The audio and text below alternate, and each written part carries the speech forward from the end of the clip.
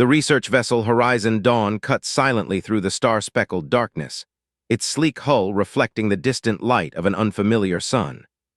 Inside the ship's specialized xenobiology lab, Nyxara carefully adjusted the environmental controls of her incubation chamber, her crystalline scales shifting from deep purple to a soft azure as she worked. As the ship's lead xenobiologist and the only Cyrilian aboard, Nyxara had earned her place through brilliance and dedication. Her species was known throughout the galaxy for their remarkable ability to adapt their biological processes to extreme environments, but their reproductive cycle was perhaps their most extraordinary feature. Once every 15 years, Cyrilians produced a clutch of eggs that required perfect environmental conditions to develop. Commander Jasper Hawthorne stood in the doorway of the lab, watching Nyxara work with quiet admiration. In his 20 years of space exploration, he had never met anyone quite like her. Her dedication to science was matched only by her gentle nature, a combination that had helped bridge the initial awkwardness between the human crew and their alien specialist. "How are they doing?" Jasper asked, stepping into the lab. His weathered face carried the marks of countless missions, but his eyes remained sharp and curious. Nyxara's head crest rippled with pleasure as she turned to face him. "The embryonic development is proceeding perfectly, Commander. All 8 eggs are showing strong, vital signs." She gestured to the softly glowing spheres nestled in the incubation chamber. "Another 3 months, and they will be ready to hatch." Jasper moved closer to examine the eggs, each one roughly the size of a grapefruit and emanating a subtle, pulsing light. "They're beautiful," he said quietly. "And please, I've told you before, it's Jasper when we're not on the bridge." Their conversation was interrupted by Dr. Reeves, the ship's chief science officer, entering the lab with his usual brisk efficiency. "Commander Nyxara, the latest stellar readings are showing some unusual radiation patterns ahead. Nothing dangerous, but it might require some course adjustments." As they discussed the necessary changes, none of them noticed the shadow that briefly passed across the lab's external viewport, nor the subtle flicker in the ship's security systems that lasted precisely 2.3 seconds. That evening, Nyxara spent hours reviewing her research data. The Horizon Dawn's mission to study extreme environment adaptations could revolutionize space colonization, and her egg's development was a crucial part of that research. Each successful hatching would demonstrate how life could flourish even in the harshest conditions. As she prepared to retire for the night, a soft alert from her personal console caught her attention. The environmental readings from the incubation chamber showed minute fluctuations, nothing dangerous, but unusual enough to warrant investigation. She made a mental note to perform a full diagnostic in the morning. In his quarters, Commander Hawthorne reviewed the day's reports, his thoughts drifting to the remarkable journey that had brought them all together. The Horizon Dawn's crew represented the best of both human and alien cooperation, a testament to how far interstellar relations had come in the past decade. He paused at a report from Security Chief Rodriguez about unusual energy signatures in the ship's lower decks. Another item for tomorrow's morning briefing, he thought, unaware that these seemingly unrelated events were about to converge in a way that would test the bonds between every member of his crew. As the ship's night cycle began, the Horizon Dawn continued its journey through the void, carrying its precious cargo of hope, science, and new life. But in the shadows of its winding corridors, forces were already in motion that would soon threaten everything they had worked so hard to build. The scream that echoed through the Horizon Dawn's corridors in the early hours of the morning cycle wasn't human. It was a sound of such profound anguish that it seemed to pierce the very hull of the ship. Commander Hawthorne was already running toward the xenobiology lab before the emergency alert sounded. He found Nyxara collapsed before the empty incubation chamber. Her crystalline scales had turned a deep morning black. The sight stopped him cold. The chamber that had housed 8 precious eggs now stood dark and vacant, its environmental systems completely offline. "They're gone," Nyxara whispered, her voice breaking. "My children, they're all gone." Her head crest lay flat against her skull, a sign of extreme distress in her species. Security Chief Rodriguez arrived moments later, her hand instinctively resting on her sidearm. The veteran security officer's dark eyes quickly scanned the room, taking in every detail. The chamber's security protocols were bypassed, she reported, examining the control panel. This wasn't random. Whoever did this knew exactly what they were doing. Dr. Reeves pushed through the growing crowd of crew members, his usual composure shaken. The environmental controls were shut down precisely 4 hours ago, he announced, checking the logs. But that's impossible. The backup systems should have activated automatically. Commander Hawthorne's voice cut through the chaos. I want this ship locked down. No one enters or leaves any section without authorization. Chief Rodriguez, I want every centimeter of this vessel searched. Dr. Reeves, work with engineering to recover any deleted security footage. But as the hours passed, the investigation only raised more questions. The security cameras had been expertly disabled. The backup systems had been manually overridden using high-level access codes. Even the ship's internal sensors showed a convenient gap in their recordings. In her quarters, Nyxara sat motionless, her scales shifting between shades of gray and black. Commander Hawthorne had never seen a Cyrilian in such a state of despair. We'll find them, he promised, though he knew time was critical. Cyrilian eggs required precise environmental conditions to survive, if they weren't found soon. You don't understand, Nyxara said softly. This wasn't just theft, this was genocide, my species. We're dying out. Each successful clutch is precious beyond measure. Without them, she trailed off, unable to continue. The revelation hit Hawthorne like a physical blow. He had known Cyrilians were rare, but this changed everything. The theft wasn't just a crime against Nyxara, it was an attack on an endangered species. Chief Rodriguez's voice came through his communicator, tight with suppressed anger. Commander, we found something. Lower Deck C, Storage Section 7. You need to see this. In the designated storage section, Rodriguez pointed to a maintenance panel. It's been modified. Recently. Someone created a hidden compartment here, but they cleared it out in a hurry. We found traces of specialized environmental regulation equipment. Dr. Reeves knelt to examine the evidence, his face grim. These components, they're identical to the ones used in Nyxara's incubation chamber. This was planned, possibly for weeks or months. Commander Hawthorne felt his jaw tighten. An inside job, someone with intimate knowledge of our systems and procedures. The implications were staggering. Someone on his crew, someone he had trusted, had committed this atrocity. Back on the bridge, as they reviewed crew movements and access logs, a priority communication came through from Earth Command. Dr. Reeves' face paled as he read it. Commander, there's been a series of similar thefts. Research stations, colony ships, anywhere Cyrilian eggs were being incubated. We're not the first. The pieces were starting to form a pattern, but it was one that made Hawthorne's blood run cold. This wasn't a simple theft. It was part of a coordinated operation. But to what end? What could anyone possibly gain from stealing the eggs of an endangered species? As if in answer to his unspoken question, the ship's communication system crackled to life. The voice that came through was digitally distorted, unrecognizable. Commander Hawthorne, by now you've realized this is bigger than your ship. The eggs are safe for now. But their return comes with a price. Prepare to receive coordinates for a rendezvous. Come alone, or the eggs won't survive the next cycle. The bridge fell silent as the transmission cut off. Hawthorne looked at his crew, seeing the same determination reflected in their eyes. Someone had declared war on his ship, his crew, and the very concept of trust that held their interstellar community together. They had 48 hours to uncover a conspiracy that spanned the galaxy, find the eggs, and save not just Nyxara's children, but possibly the future of an entire species. The game was on, and the stakes couldn't be higher. Hawthorne stood in his ready room, studying the coordinates that had appeared on his personal console. The designated meeting point was in a remote asteroid field, far from established shipping lanes. Behind him, Chief Rodriguez paced with controlled anger. It's obviously a trap, she said, her experienced eyes scanning the star charts. These coordinates, there in the shadow reach. No patrol ships, no witnesses, perfect place for an ambush.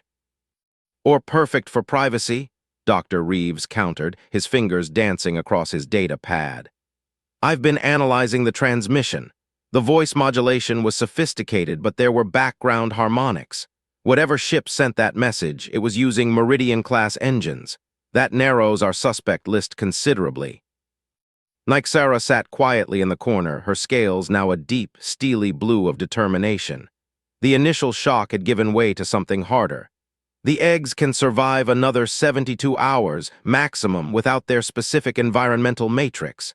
After that, she didn't need to finish the sentence. Hawthorne turned to face his crew. Then we have 72 hours to spring their trap and turn it against them. Chief, I want tactical options. Dr. Reeves, keep working on that transmission. And Nyxara, he paused, meeting her iridescent eyes. I need everything you know about who might want Cyrilian eggs. No detail is too small. As the others left to carry out their tasks, Hawthorne received an encrypted message from Earth Command. Admiral Preston's weathered face appeared on his screen. Jasper, this goes deeper than we thought. 3 months ago, a research facility on Europa was raided. Their entire collection of xenobiological samples was taken, including genetic material from several endangered species. We kept it quiet to avoid panic, but now it's part of a pattern, Hawthorne finished. Someone's collecting endangered species genetic material, but why? That's what worries me, Preston replied grimly. Our analysts have a theory, but you're not going to like it. They think someone's trying to corner the market on extinction. Control the genetic legacy of dying species, control their future. The implications made Hawthorne's stomach turn. Before he could respond, the ship's alert system blared to life. Dr. Reeves' voice came through the comm. Commander, we've got unauthorized access in the quantum communications array. Hawthorne sprinted to the communications hub, finding Rodriguez already there with her security team. The room was empty, but the main console was alive with activity, data streaming across the screens faster than human eyes could follow. It's an AI infiltration program, Dr. Reeves announced, his fingers flying over the controls. Incredibly sophisticated, it's been dormant in our system since the last maintenance stop at Outpost 47. Nyxara's head crest flared. Outpost 47, that's where Dr. Hammond joined our crew. The pieces suddenly clicked into place. Dr. Hammond, the quiet xenogeneticist who had transferred aboard 3 weeks ago, claiming to be studying adaptation patterns in deep space species, who had access to both the biological labs and the ship's computer systems, who had mysteriously fallen ill and requested transfer to a medical facility just 2 days ago. Find Hammond, Hawthorne ordered, but Rodriguez was already shaking her head. The transfer shuttle he left on, it never arrived at the medical facility. It changed course as soon as it was out of our sensor range. The quantum array suddenly pulsed with new information. Star charts, research data, genetic sequences, all flooding their screens. And there, hidden in the stream of data, was a message. Look deeper, the truth lies in Project Oracle. The eggs are just the beginning. Find me at the coordinates when you understand why. Dr. Reeves' face went pale as he read through the data. Project Oracle? Commander, this is a black site research initiative. They're trying to create a genetic repository of every endangered species in known space, but not to preserve them, to control their evolution, to design the future of entire species. Nyxara's scales shifted to a color Hawthorne had never seen before, a deep, burning crimson. They want to play gods with my children's future, with my entire species' future. Hawthorne's decision was instant. Chief, prepare a tactical team. Dr. Reeves, I want every scrap of data from that transmission analyzed. We're going to those coordinates, but not as victims. It's time to show these would-be gods what happens when they underestimate humanity's capacity for justice. As the Horizon Dawn altered course for the Shadow Reach, Hawthorne made a silent promise. This wasn't just about saving 8 eggs anymore. This was about protecting the fundamental right of every species to control its own destiny. And he would die before he let anyone turn Nyxara's children into pawns in their grand design. The Shadow Reach lived up to its name, a sprawling field of dark asteroids that seemed to swallow light itself. The Horizon Dawn approached silently, running dark except for essential systems. In the command center, Commander Hawthorne reviewed the plan one final time with his team. 3 ships detected at the coordinates, Chief Rodriguez reported, her tactical display showing ghostly outlines. 1 Meridian-class research vessel, 2 armed escorts. They're waiting for us. Dr. Reeves looked up from his console, where he'd been analyzing the facility's transmissions. The research vessel's power signature matches the one from Hammond's transmission. That's where they're keeping the eggs. Nyxara stood at the viewport, her scales rippling with barely contained emotion. The timer on her personal device showed less than 20 hours remaining before the eggs would become non-viable. "I can feel them," she whispered. "They're alive, but weakening." Hawthorne nodded grimly. "Then we stick to the plan. Chief Rodriguez, your team ready?" "Ready and eager, Commander. The moment you get them talking, we'll launch." The Horizon Dawn emerged from the asteroid field, broadcasting the agreed-upon signal. Almost immediately, the research vessel responded. The face that appeared on their screen was familiar, Dr. Hammond, but his usual nervous demeanor was gone, replaced by cold confidence. "Commander Hawthorne, right on schedule. I trust you've had time to review Project Oracle's data." "Enough to know you're playing with fire," Hawthorne replied evenly. "Genetic manipulation of endangered species. Creating designer evolution. You're going to destroy the very species you claim to be saving." Hammond's smile didn't reach his eyes. "We're ensuring their survival. The galaxy is changing, Commander. Natural evolution is too slow. The Cyralians, like many species, are dying because they can't adapt fast enough. We're giving them a future." "You're stealing their future." Nyxara stepped forward, her voice carrying the weight of centuries of her species' history. "Our children are not your experiment." "Your children?" Hammond laughed softly. "Your species lost the right to that claim when they proved unable to survive on their own. We're doing what nature cannot." While they talked, Rodriguez's team had launched, using the asteroid field's magnetic interference as cover. 3 stealth shuttles, each carrying a squad of tactical specialists, silently approached the enemy vessels. "Nature created the Cyralians," Hawthorne countered, keeping Hammond's attention. "Nature created humanity. Who are you to decide which species deserves to control their own destiny?" "Control is an illusion, Commander. The only constant is change. We're simply ensuring that change benefits everyone." Hammond leaned forward. "Join us. Your ship, your expertise, we could use them. Help us shape the future of countless species." The first explosion rocked Hammond's ship before he could finish his offer. Rodriguez's teams had breached all 3 vessels simultaneously. The tactical channel erupted with coordinated assault reports. "A noble attempt," Hammond sighed, reaching for a control panel. "But did you really think we wouldn't be prepared?" Suddenly, alarms blared throughout the Horizon Dawn. "Multiple target locks," Rodriguez's voice crackled through the comm. 6 more ships decloaking." Hawthorne's jaw tightened. They'd known it might be a trap, but the scale of the deception was staggering. As energy weapons began to charge around them, he made the only choice he could. "All hands, battle stations. Chief Rodriguez, get to those eggs. Whatever happens, they don't leave with them." The void erupted in chaos as the true battle for the future of countless species began. The battle for the Shadow Reach would later be remembered as a turning point in interstellar history, though few would know the true stakes at play. The Horizon Dawn weaved through enemy fire, its crew fighting not just for survival, but for the right of every species to chart its own course through the cosmos. "Hull breach on Deck 7, Dr. Reeves called out as another blast rocked the ship. "Containment fields holding, but we can't take much more of this." Commander Hawthorne gripped his command chair as the ship executed another evasive maneuver. "Status on Rodriguez's team." "They've reached the research vessel's containment lab," Reeves reported. "Heavy resistance, but they're pushing through." Nyxara worked frantically at the science station, her scales pulsing with desperate energy. "The egg's life signs are critical. The containment fields around them are failing." Through the chaos of battle, Rodriguez's voice crackled through. "Commander, we found them, but Hammond's trying to initiate a purge sequence, if those containment fields collapse completely." "Not just the eggs," Dr. Reeves interrupted, his face ashen as he read the data streaming across his screen. "They have samples from dozens of species here. If those containment fields fail, generations of genetic legacy will be lost forever."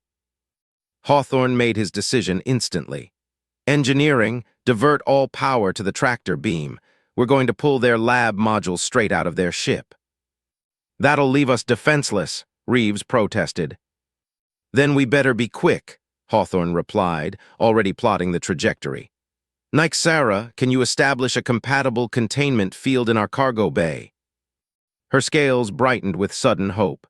Yes, I can modify our field generators to match the frequency, but we'll only have seconds once the module is exposed to space."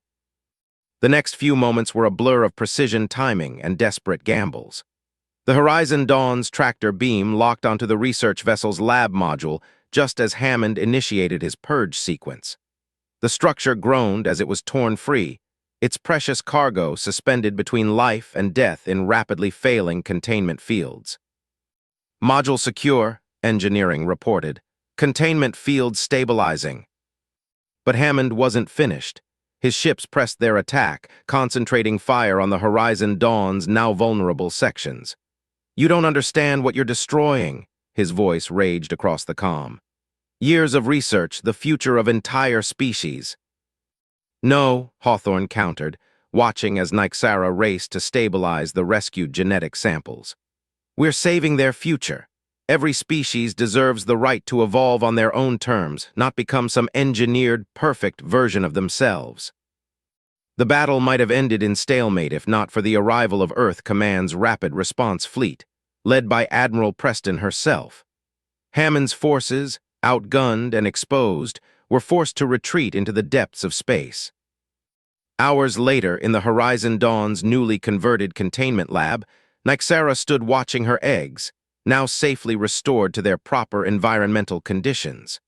Their glow was strong again, pulsing with life and possibility. "They're beautiful," Commander Hawthorne said softly, standing beside her, "and free to become whatever they're meant to be." Nyxara's scales shifted through a rainbow of emotions before settling on a deep, peaceful blue. That's all any parent wants for their children. The freedom to grow, to change, to become themselves without someone else controlling their destiny. The discovery of Project Oracle led to a galaxy-wide investigation, uncovering similar operations targeting other endangered species. But more importantly, it led to the establishment of the Genetic Sovereignty Accord, ensuring that every species, no matter how few in number, retained control over their own evolutionary destiny. As the Horizon Dawn continued its mission of exploration and discovery, its crew carried with them a deeper understanding of what it meant to protect the future. Not by controlling it, but by ensuring that every species, every civilization, had the freedom to write their own story among the stars. In the ship's nursery, 8 Cyrilian eggs continued to pulse with life, their future now their own to determine. And in their soft glow, humans and aliens alike found a reminder of what they had fought to protect, the precious right of every living thing to become what it was always meant to be.